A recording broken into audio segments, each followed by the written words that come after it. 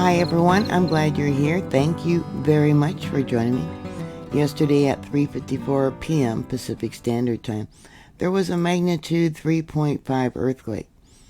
All total, so far with aftershocks, there's been 12 earthquakes within this location. 417 people sent in reports to USGS Did You Feel It website. All the moment tensor balls look like the fault moved going towards the south. When I click on the map for the felt reports, yeah, it's not working. All I get is intensity. I don't know if you can see the light blue lines of an intensity.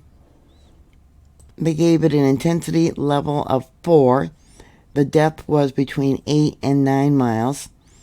And, well, this one here was 8.1.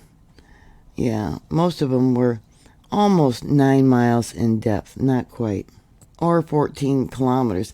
The closest fault line that is mapped out would be this one over here. I got it marked out in red. That would be the Elsinore Fault. But if you notice here, we do have an area right through here. It probably hasn't been mapped. I haven't been able to find it, but there is probably a fault through here. I even went to the U.S.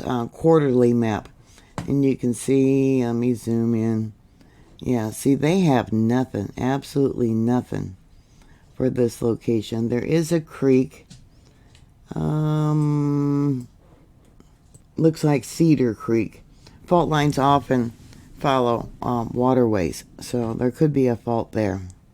Now, Julian, California is located in a seismically active region of San Diego County. The Elsinore Fault is a major right lateral strike-slip fault that runs approximately 180 kilometers or 112 miles. It runs through Southern California, passing close to Julian.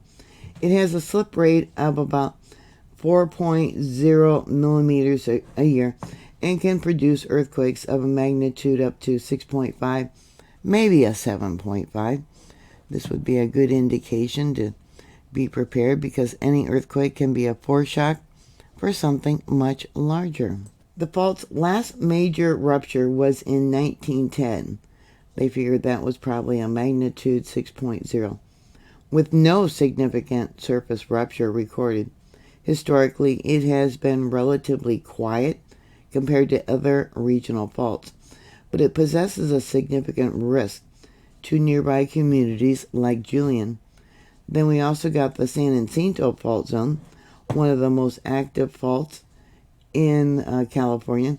It extends through East County and is capable of generating also large earthquakes.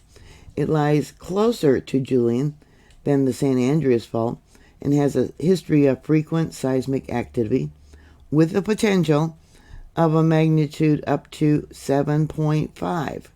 We know that earthquakes are increasing around the world. In fact, there was, what was a 6.5?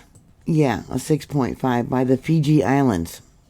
Now, the San Andreas Fault, while farther away, about 60 miles from Julian, this is California's most famous fault, capable of producing a massive earthquake up to a magnitude 8.0. Its southern segment could cause strong shaking in Julian during a major event. Julian experiences frequent small earthquakes, about 10,000 earthquakes annually within 100 kilometers of this area, though most are minor, below magnitude 3.0. I did a report yesterday down here by the, yesterday or the day before, here by the Salton Sea for the St. Andreas Fault. Yeah, they were having a lot of earthquakes. The largest recorded earthquake near Julian was a magnitude 7.0 in 1968, within 30 miles. I don't think I have it listed here. I'm going to have to post that.